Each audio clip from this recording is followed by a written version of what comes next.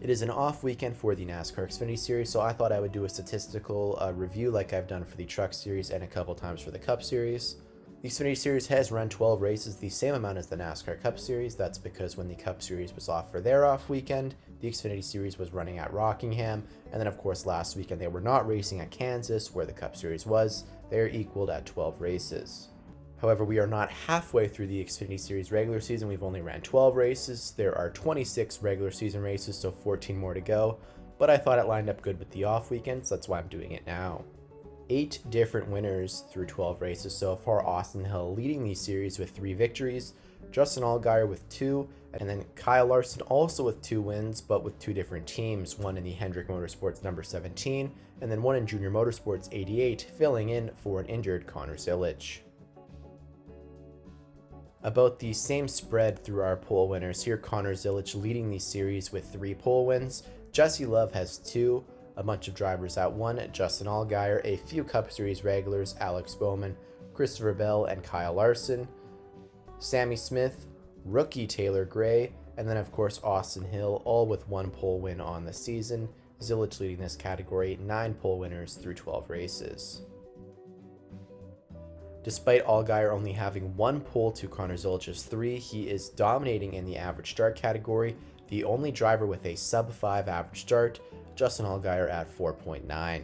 A few rookies inside of the top 5, the aforementioned Connor Zilisch, and then Taylor Gray with a 7.3 average start. I should mention Connor Zilisch has only ran 11 of 12 races. He missed last weekend at Texas. Both of the RCR teammates inside of the top 10, but Jesse Love 2 positions better than Austin Hill, a 7.7 versus a 9.7. And then there are 2 other rookies inside of the top 10, Carson Kvapil and Nicholas Sanchez. So 4 rookies inside of our top 10 for the average start category. Should mention both of the Haas cars inside of the top 10 as well, Sam Mayer in 6th and Sheldon Creed rounding out our top 10 at 12.8. Been a very competitive season in terms of stage winners. We have had more stage winners than races, 13 versus 12.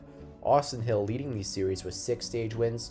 I should mention 4 of those came in the first 2 races of the season. He swept the first 4 stages, the 2 stages at Daytona and the 2 stages at Atlanta. Justin Allgaier has closed the gap on him in recent weeks. He is now up to 4. A couple of drivers at 2, Harrison Burton with an impressive 2 stage wins, Cup Series regular Kyle Larson, and then Connor Zilisch, all with 2 apiece, so the entire top 5 have multiple stage wins. A few more Cup drivers with 1 stage win, William Byron and Alex Bowman, Hendrick Motorsports teammates. Then we have part-timer Eric Almirola, Sammy Smith, and Sam Mayer rounding at our top 5. And then a few more rookies also getting into this category, Nicholas Sanchez in 11th place with 1 stage win, and Dean Thompson winning 1 stage as well. Jesse Love rounding out our stage winners with 1 as well. 13 stage winners through 12 races. However, despite his lead on Allgaier in stage wins, Allgaier with a dominant lead in the stage points top 10, he is almost 50 up on 2nd place Austin Hill.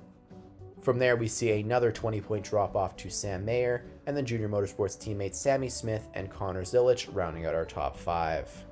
A few things to note in this one, a few rookies in this category as well, Sanchez and Kvapil both in the low 60s. Eric Almirola in 9th place with 61 stage points. He has done that in only 5 of the 12 races. He's only ran 5 races, and he is still inside of the top 10 for stage points. Been very competitive whenever he jumps into this car, and I almost wonder if this is going to be a thing more Cup Series drivers do when, they feel like their time is up in the Cup Series, but they still want to race. Drop down and kick some butt in the Xfinity Series races for a few weeks a year. Almirola's been doing it the last few years, and he's looked really strong doing it. Allgaier leading both the average start and the average finish categories. This time a little bit closer of a lead though, his 10.4 versus 2nd place Sam Mayer's 10.8. So no driver with a sub 10 average finish through the first 12 races. A few drivers appearing on this list that we have yet to talk about. Jeb Burton, 6th place in average finish with a 13.9, and then behind him, rookie Daniel Dye with a 14.1 average finish. Harrison Burton also sneaking into this category, just 0.1 behind Daniel Dye. Darlington winner Brandon Jones inside of the top 10. Ryan Sieg rounding out our top 10 with a 15 flat average finish.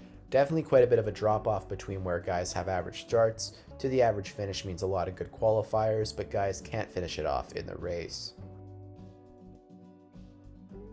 Now to our top 5 and top 10 chart, and it is Justin Allgaier once again leading this category. 8 top 10s, all of them have been top 5s. Allgaier putting on a very impressive title defense. I mean, he's been strong everywhere we've ran, has speed everywhere. Would not be surprised if he manages to go back to back. Austin Hill equaling him at 8 top 10s, but only 7 top 5s. Jesse Love making it a 3-way tie at 8. However, he only has 3 finishes inside of the top 5, but a lot of top 10s.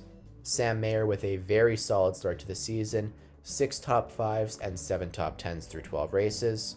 Another driver who has been very strong in all of these categories, has not won yet this year, but has been very strong. Sam Mayer, I know he finally kind of broke out with Junior Motorsports. I think that's a very interesting move for him to jump ship from Junior Motorsports into the Ford camp with Haas. So we'll see what happens there in terms of Cup aspirations, but Sam Mayer with a very impressive start to the season as well. Brandon Jones and Sheldon Creed both tied with 6 top 10s and 3 top 5s. Harrison Burton also with 6 top 10s, but only one of those coming inside of the top 5, so he's been finishing in that 6 to 10 range a lot. And then as we get to the back half of our top 12 here, a couple of rookies. Taylor Gray, 5 top 10s. Daniel Dye, 5 top 10s. And then Carson Kvapil, 4 top 10s, but 3 top 5s. So a few rookies breaking into this category as well. All right, let's take a look at our current playoff grid. A few guys we've already talked about towards the top, Allgaier, Hill, and Mayer. Another driver that's been very impressive this season, Jesse Love, currently 4th in points. Still looking for him to win his first race on a non-super speedway or drafting track. His 2 wins have come at Daytona and Talladega, but has been running very strong everywhere we've gone, and I think it's going to be one of those cases where he wins one and he's going to break through and win a couple. The top rookie in points right now, Carson Kvapil. He is 6th in points. Again, he does have a little assist in this due to Connor Zilic missing the last race at Texas, but looking good. He's had a few chances to win this year.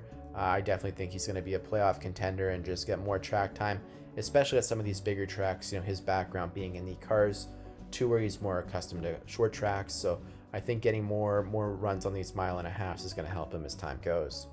Jeb Burton in a very impressive 7th position right now. He is 27 points up on the cut line. You know, I know they finished runner-up at Talladega, but for Jeb, it's just about getting those 12th place runs when the car is only going to run 12th, and they're going to be in the conversation here. Ryan Sieg back in a playoff position so far. He is 8th in points. I know he's missed the playoffs the last few years, but he had a stretch where he was kind of making it every other year there, especially towards the end of the 2010s, so it'd be awesome to see him make it again. Another Burton inside of the top 10, Harrison Burton, 10th in points, 14 up on the cut line. If you watch my playoff prediction video, I predicted him making the playoffs in the Xfinity Series. Been a great start to the season for him. You know, 3 top 10s in a row here at a couple different racetracks. Looking at that 25 car to run consistent and maybe steal a win somewhere this year. Haven't talked a whole lot about Sheldon Creed in this video. He's been running up front and getting top 10s. Still just waiting on him to break through. He is a truck champion. He knows how to win. He's mostly just been snake bitten. It will happen eventually, and I think it's one of those things where it's not just like getting the monkey off of his back, it's like blowing the monkey up, and he'll be a regular winner once he gets that first one. And then I also wanted to take a look at the bubble battle, and this is where all of our rookies are, everyone except for Brandon Poole. Daniel Dye, 6 points out from the final playoff spot. No colleague car inside of the playoff picture right now. Of course, Daniel Dye 6 points out. Christian Eckes at the bottom of this list, minus 43. He's had a couple of rough weekends in a row. He was looking in the picture a few weeks ago. And then Josh Williams not on this graphic. Taylor Gray in a Gibbs car, 25 points out. That is not as bad as his teammate William Sawalich, who is behind Eric Almirola in points, despite Almirola only running 5 of the 12 races. He has had a rough start to the season. Not as bad for Taylor Gray. He's been a great qualifier. I think he'll get himself into this conversation as things go forward.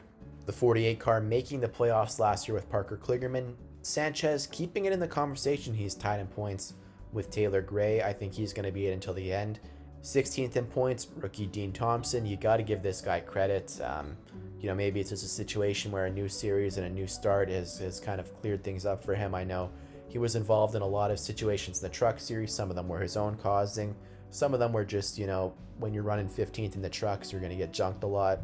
But impressive to see him in this conversation, 29 points back of the bubble, 12 races deep. And Brandon Poole, the only non-rookie on this list after his awesome Darlington Jeff Gordon throwback. He is 43 points out, tied with Christian Eckes.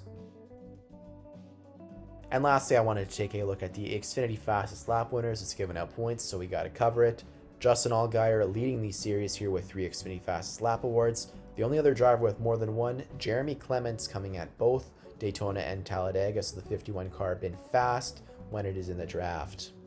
Got a string of rookies on this one: Christian Eckes, Carson Kvapil, Connor Zilic, and then Taylor Gray, all rookies with 1 Xfinity fastest lap award.